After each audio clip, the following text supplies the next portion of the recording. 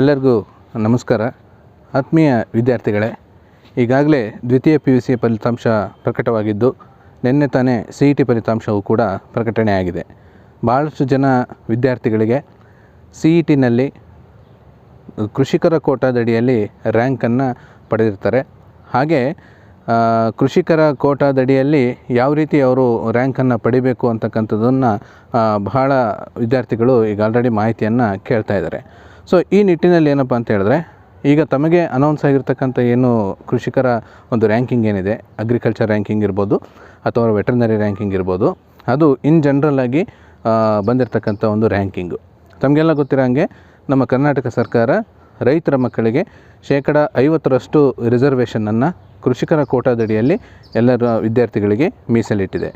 ಯಾವ ವಿದ್ಯಾರ್ಥಿಗಳ ಪೋಷಕರು ಅವರ ಹೆಸರಿಗೆ ಜಮೀನು ಇರುತ್ತದೆ ಅಥವಾ ಕೃಷಿ ಕಾರ್ಮಿಕರಿರ್ತಾರೆ ಅಥವಾ ವ್ಯವಸಾಯವನ್ನೇ ಒಂದು ನಂಬಿ ಬದುಕ್ತಾರೆ, ಅಂಥ ಒಂದು ವಿದ್ಯಾರ್ಥಿಗಳಿಗೆ, ಅಂಥ ಒಂದು ಪೋಷಕರ ಮಕ್ಕಳ ವಿದ್ಯಾರ್ಥಿಗಳಿಗೆ ನಮ್ಮ ಕೃಷಿಕರ ಕೋಟಾದಡಿಯಲ್ಲಿ 50% ಒಂದು ಸೀಟನ್ನು ರಿಸರ್ವೇಷನನ್ನು ಮಾಡಲಾಗಿದೆ. ತಮಗೆಲ್ಲ ಗೊತ್ತಿರೋ ಹಾಗೆ ನಿನ್ನೆ ತಾನೇ ಕೃಷಿ ವಿಶ್ವವಿದ್ಯಾನಿಲಯ ಬೆಂಗಳೂರು ಅವರು ಅಧಿಸೂಚನೆಯನ್ನು ಹೊರಡಿಸಿರುವಂಥ ಪ್ರಕಾರ ನಾಳೆ ಅಂದರೆ 22ನೇ ತಾರೀಕು ಮಧ್ಯಾಹ್ನ 12 ಗಂಟೆಯಿಂದ ನಾವು ಯಾರು ರೈತರ ಮಕ್ಕಳು ಎಲಿಜಿಬಿಲಿಟಿ ಇದ್ದಾರೆ ಅಂಥವರು ತಮ್ಮ ಒಂದು ಮೂಲ ದಾಖಲಾತಿಗಳನ್ನು ಅಪ್ಲೋಡ್ ಮಾಡಬೇಕಾದಂಥ ಒಂದು ಅವಶ್ಯಕತೆ ಇದೆ.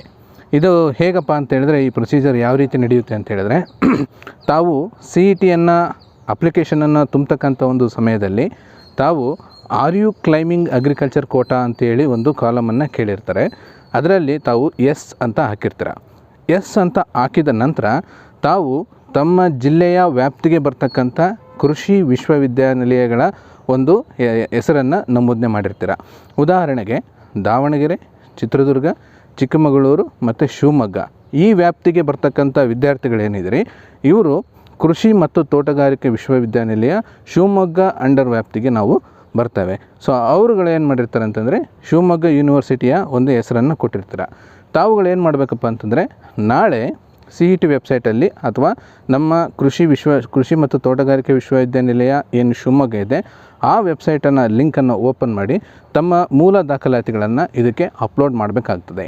ಹಾಗಾದರೆ ಯಾವ್ಯಾವ ಮೂಲ ದಾಖಲಾತಿಗಳನ್ನು ನಾವು ಅಪ್ಲೋಡ್ ಮಾಡಬೇಕು ಅಂತ ಹೇಳಿದ್ರೆ, ಮೊದಲನೇ ಒಂದು ಮೂಲ ದಾಖಲಾತಿ ಯಾವುದಪ್ಪ ಅಂತ ಹೇಳಿದ್ರೆ CET ಅಡ್ಮಿಷನ್ ಟಿಕೆಟ್. ಸರಿಯಾಗಿ ಕೇಳಿಸ್ಕೊಳ್ಳಿ, CET ಅಡ್ಮಿಷನ್ ಟಿಕೆಟ್ ಅಂದರೆ ನಾವು CET ಬರೆಯುವಾಗ ನಾವೇನು ಅಡ್ಮಿಷನ್ ಕಾರ್ಡ್ ಡೌನ್ಲೋಡ್ ಮಾಡ್ಕೊಂಡಿದ್ವಿ, ಆ ಅಡ್ಮಿಷನ್ ಕಾರ್ಡನ್ನು ನಾವು ಮೊದಲು ಅಪ್ಲೋಡ್ ಮಾಡಬೇಕಾಗುತ್ತೆ. ಎರಡನೇದೇನಪ್ಪ ಅಂತ ಮೂಲ ಡಾಕ್ಯುಮೆಂಟು ನಮಗೆ ಈ ಒಂದು ಕೃಷಿಕರ ಕೋಟಾದಡಿಯ ಸರ್ಟಿಫಿಕೇಟ್ ಅಂದರೆ ವ್ಯವಸಾಯಗಾರರ ಕುಟುಂಬದ ಪ್ರಮಾಣ ಪತ್ರ ಹಾಗೂ ವ್ಯವಸಾಯಗಾರರ ಆದಾಯ ಪ್ರಮಾಣ ಪತ್ರ ಎರಡೂ ತೊಗೊಂಡಿದ್ರೆ ಎರಡನ್ನೂ ಅಪ್ಲೋಡ್ ಮಾಡಬೇಕು. ಇಲ್ಲ ಅಂತ ಹೇಳಿದ್ರೆ ಕಂಪ್ಯೂಟರೈಸ್ಡ್ ಕಾಪಿ ಇದ್ದರೆ, ಮಾನ್ಯ ತಹಸೀಲ್ದಾರರಿಂದ ದೃಢೀಕರಣವಾಗಿ ಬಂದಿರತಕ್ಕಂಥ ಒಂದು ಕಾಪಿ ಇದ್ದರೆ ಅದು ಒಂದೇ ಕಾಪಿ ಸಾಕಾಗುತ್ತೆ. ವ್ಯವಸಾಯಗಾರರ ದೃಢೀಕರಣ ಪ್ರಮಾಣ ಪತ್ರ ಅದನ್ನು ಅಪ್ಲೋಡ್ ಮಾಡಬೇಕಾಗುತ್ತೆ. ಅಕಸ್ಮಾತಾಗಿ ಯಾರಾದರೂ CET ಬ್ರೋಷರಲ್ಲಿ ಇರ್ತಕ್ಕಂಥ ಫಾರ್ಮ್ ನಂಬರ್ 3 ಫಿಲಪ್ ಮಾಡಿದರೆ ಅಂಥವರು ಮತ್ತೆ ಏನಾದರೂ ಸರ್ಟಿಫಿಕೇಟ್ಗೆ ಅಪ್ಲೈ ಮಾಡಿದರೆ ಅದರ RD ನಂಬರ್ ಅದರಲ್ಲಿ ಮೆನ್ಷನ್ ಆಗಿರೋದಿಲ್ಲ. ಹಾಗಾಗಿ RD ನಂಬರನ್ನು ನೀವು ಅದೇನು ಅಕ್ನಾಲೇಜ್ಮೆಂಟ್ ಇರ್ತದೆ ತಹಸೀಲ್ದಾರಿಗೆ ಕೊಟ್ಟಿರ್ತೀರಿ, ಆ ಅಕ್ನಾಲೇಜ್ಮೆಂಟ್ ನಂಬರನ್ನು ತಾವು ಅದರಲ್ಲಿ ಮೆನ್ಷನ್ ಮಾಡಬೇಕಾಗುತ್ತೆ. ಇದು ಎರಡನೇ ಡಾಕ್ಯುಮೆಂಟು.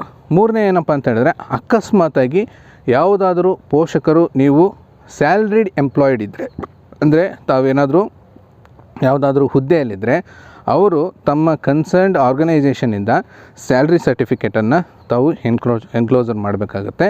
ಆದರೆ ಇಲ್ಲಿ ಒಂದು ವಿಷಯವನ್ನು ತಿಳ್ಕೊಳ್ಳಿ, ಏನಪ್ಪ ಅಂತಂದರೆ, ತಾವೇನಾದರೂ ಕೃಷಿ ಕುಟುಂಬದ ವ್ಯವಸಾಯಗಾರರ ಒಂದು ಏನು ಕೋಟಾ ಇದೆಯಲ್ಲ ಅದನ್ನು ಪಡಿಬೇಕು ಅಂತಂದರೆ ನಿಮ್ಮ ಒಂದು ಕೃಷಿಯ ಆದಾಯ ನಿಮ್ಮ ಒಂದು ವೇತನದ ಆದಾಯಕ್ಕಿಂತ ಹೆಚ್ಚಿದಾಗಿರಬೇಕು. ಹಾಗಾದರೆ ಮಾತ್ರ ತಾವು ಈ ಒಂದು ಕೋಟಾ ಪಡೆಯಲು ಅರ್ಹರಿರ್ತೀರ. ಅದರ್ವೈಸ್ ನಾವು ಅರ್ಹರಾಗೋದಿಲ್ಲ. ಅದರ್ವೈಸ್ ಮುಂದೆ ಯಾರಾದರೂ ಬಿಸ್ನೆಸ್ ಮೆನ್ ಇದ್ದರೆ, ಆ ಬಿಸ್ನೆಸ್ ಮೆನ್ ಇದ್ದವರು ಸಹ ಅವರು ಒಂದು ಅಫಿಡವಿಟನ್ನು ಮಾಡಿಸ್ಬೇಕಾಗುತ್ತೆ. ಆ ಅಫಿಡವಿಟಲ್ಲಿ ನಾವು ಮೊದಲನೇ ಪಾರ್ಟಿ ವಿದ್ಯಾರ್ಥಿ ಇರ್ತಾರೆ, ಎರಡನೇ ಪಾರ್ಟಿ ಕನ್ಸರ್ನ್ಡ್ ಯೂನಿವರ್ಸಿಟಿ ಇರುತ್ತೆ. ಆ ಅಫಿಡವಿಟನ್ನು ಅಪ್ಲೋಡ್ ಮಾಡಬೇಕಾಗುತ್ತೆ. ಈಗ ಬಹಳ ಸಿಂಪಲ್ಲಾಗಿ ಕನ್ಫ್ಯೂಸ್ ಮಾಡ್ಕೋಬೇಡಿ.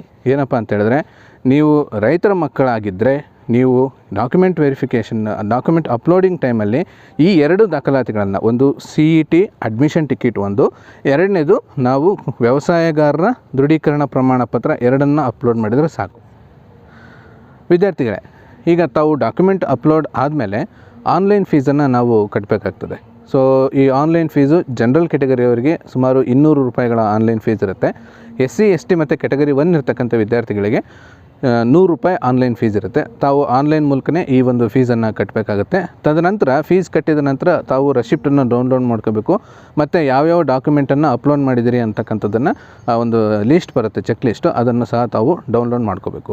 ತಮಗೆ ಗೊತ್ತಿರಲಿ, ಡೆಡ್ಲೈನ್ಸ್ ದಿನಾಂಕಗಳನ್ನು ಚೆನ್ನಾಗಿ ನೆನ್ಪಿಟ್ಕೊಳ್ಳಿ. ಏನಪ್ಪ ಅಂತ ಹೇಳಿದ್ರೆ 22ನೇ ತಾರೀಕು 22/9/2021 ಮಧ್ಯಾಹ್ನ 12 ಗಂಟೆಯಿಂದ 28/9/2021 ರಾತ್ರಿ ಮಧ್ಯರಾತ್ರಿ 12 ಗಂಟೆಯವರೆಗೆ ನಮಗೆ ಡಾಕ್ಯುಮೆಂಟ್ ಅಪ್ಲೋಡ್ ಮಾಡ್ಕೊಳ್ಳಿಕ್ಕೆ ಅವಕಾಶ ಇರುತ್ತೆ. ಹಾಗೆ ಕನ್ಸರ್ನ್ಡ್ ಫಾರ್ಮ್ ಸೈನ್ಸ್ ಯೂನಿವರ್ಸಿಟಿಯವರು 23ನೇ ತಾರೀಕಿಂದ 29ನೇ ತಾರೀಕುವರೆಗೆ ಅವರು ಡಾಕ್ಯುಮೆಂಟ್ ವೆರಿಫಿಕೇಷನನ್ನು ಆನ್ಲೈನಲ್ಲಿ ಮಾಡ್ತಾರೆ. ತದನಂತರ 30ನೇ ತಾರೀಕು 30/9/2021 ಆ ಒಂದು ಕನ್ಸರ್ನ್ಡ್ ಯೂನಿವರ್ಸಿಟಿಯವರು ಡಾಕ್ಯುಮೆಂಟ್ ಯಾರ್ಯಾರು ಎಲಿಜಿಬಲ್ ಕ್ಯಾಂಡಿಡೇಟ್ಸ್ ಇದ್ದಾರೆ ಅಗ್ರಿಕಲ್ಚರ್ ಕೋಟಾದಲ್ಲಿ ಅವರ ಒಂದು ಲೀಸ್ಟನ್ನು CET ಪ್ರಾಧಿಕಾರಕ್ಕೆ ಸಲ್ಲಿಸ್ತಾರೆ. ತಾವೇನು ಮಾಡಬೇಕಪ್ಪ ಅಂತಂದರೆ ಕನ್ಸರ್ನ್ಡ್ ಯೂನಿವರ್ಸಿಟಿ ವೆಬ್ಸೈಟನ್ನು ದಯವಿಟ್ಟು ರೈತ ಬಾಂಧವರು ನೋಡ್ಕೋಬೇಕು. ಉದಾಹರಣೆಗೆ ಬೆಂಗಳೂರು ಕೃಷಿ ವಿಶ್ವವಿದ್ಯಾನಿಲಯದಲ್ಲಿ ಬರ್ತಕ್ಕಂಥ ವಿದ್ಯಾರ್ಥಿಗಳು www.uasbengaluru.edu.in ಈ ವೆಬ್ಸೈಟ್ಗೆ ಸಂಪರ್ಕ ಮಾಡಬೇಕು. ಧಾರವಾಡ ಕೃಷಿ ವಿಶ್ವವಿದ್ಯಾನಿಲಯದ ವ್ಯಾಪ್ತಿಗೆ ಬರ್ತಕ್ಕಂಥ ವಿದ್ಯಾರ್ಥಿಗಳು www.uasd.edu.in ಒಂದು ವೆಬ್ಸೈಟನ್ನು ತಾವು ಸಂಪರ್ಕ ಮಾಡ್ಕೊಳ್ಳಿ. ಹಾಗೆ ಕೃಷಿ ಮತ್ತು ತೋಟಗಾರಿಕೆ ವಿಶ್ವವಿದ್ಯಾನಿಲಯ ಶಿವಮೊಗ್ಗ ವ್ಯಾಪ್ತಿಗೆ ಬರ್ತಕ್ಕಂಥ ವಿದ್ಯಾರ್ಥಿಗಳು www.uahs.edu.in ವೆಬ್ಸೈಟನ್ನು ಕಾಂಟ್ಯಾಕ್ಟ್ ಮಾಡ್ಕೊಳ್ಳಿ. ಅದೇ ರೀತಿ ತೋಟಗಾರಿಕೆ ವಿಶ್ವವಿದ್ಯಾನಿಲಯ ಬಾಗಲಕೋಟೆ ವ್ಯಾಪ್ತಿಗೆ ಬರ್ತಕ್ಕಂಥ ವಿದ್ಯಾರ್ಥಿಗಳು www.uhsbagalkot.edu.in ವೆಬ್ಸೈಟನ್ನು ಕಾಂಟ್ಯಾಕ್ಟ್ ಮಾಡ್ಕೊಳ್ಳಿ. ಅದೇ ರೀತಿ ಕೃಷಿ ವಿಶ್ವವಿದ್ಯಾನಿಲಯ ರಾಯಚೂರು ವ್ಯಾಪ್ತಿಗೆ ಬರ್ತಕ್ಕಂಥ ವಿದ್ಯಾರ್ಥಿಗಳು www.uasraichur.edu.in. ಅದೇ ರೀತಿ ತಾವು ಏನಾದರೂ ಈ ಮೀನುಗಾರಿಕೆ ಮತ್ತು ಪಶುವೈದ್ಯಕೀಯ ವಿಶ್ವವಿದ್ಯಾನಿಲಯದ ವ್ಯಾಪ್ತಿಗೆ ಬರ್ತಾ ಇದ್ದು ಅಂದರೆ www.kvafsu.edu.in. ಸೊ ಈ ವೆಬ್ಸೈಟಿಗೆ ಕಾಂಟ್ಯಾಕ್ಟ್ ಮಾಡ್ಕೊಳ್ಳಿ. ಅದೇ ರೀತಿ ತಮಗೆ ಏನಾದರೂ ಹೆಚ್ಚಿನ ಮಾಹಿತಿ ಬೇಕಾದಲ್ಲಿ CET ವೆಬ್ಸೈಟನ್ನು ತಾವು ಮರಿಬೇಡಿ. www.kea.kar.nic.in ಈ ವೆಬ್ಸೈಟಿಗೆ ಕಾಲಕ್ಕೆ ಪ್ರತಿನಿತ್ಯ 2 ಬಾರಿ ಬೆಳಗ್ಗೆ ಒಮ್ಮೆ ಮತ್ತು ಸಂಜೆ ಒಮ್ಮೆ ಅಲ್ಲಿ ಬರ್ತಕ್ಕಂಥ ಆದೇಶಗಳನ್ನು ದಯವಿಟ್ಟು ಫಾಲೋಅಪ್ ಮಾಡಬೇಕು.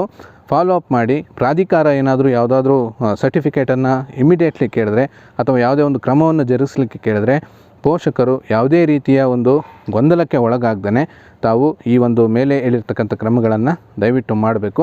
ಸೊ ಈ ರೀತಿ ಮಾಡಿದ್ರಿಂದ ನಮಗೆ ಈ ಒಂದು ಅಗ್ರಿಕಲ್ಚರ್ ಕೋಟಾದಡಿಯಲ್ಲಿ ಸೀಟನ್ನು ಪಡೆಯಲಿಕ್ಕೆ ತಾವು ಅರ್ಹರಿರ್ತೀರಾ. ಸೊ ಈ ಒಂದು ಮಾಹಿತಿಯನ್ನು ನಿಮಗೆ ಈ ಮೂಲಕ ನನ್ನ ಬಸವನಗೌಡ ಯೂಟ್ಯೂಬ್ ಚಾನಲ್ ಮೂಲಕ ಹಂಚಿಕೊಂಡಿದ್ದೇನೆ. ತಮಗೆ ಮಾಹಿತಿ ಇಷ್ಟವಾಗಿದ್ದಲ್ಲಿ ದಯವಿಟ್ಟು ನನ್ನ ಈ ಬಸವನಗೌಡ MG ಯೂಟ್ಯೂಬ್ ಚಾನಲನ್ನು ಸಬ್ಸ್ಕ್ರೈಬ್ ಮಾಡಿ, ಲೈಕ್ ಮಾಡಿ, ಹಾಗೂ ಈ ವಿಷಯವನ್ನು ಸಂಬಂಧಪಟ್ಟ ವಿದ್ಯಾರ್ಥಿಗಳೊಂದಿಗೆ ಹಂಚ್ಕೋಬೇಕು ಅಂತ ಹೇಳ್ತಾ ನನ್ನ ಮಾಹಿತಿಯನ್ನು ನಿಲ್ಲಿಸ್ತೇನೆ. ಧನ್ಯವಾದಗಳು.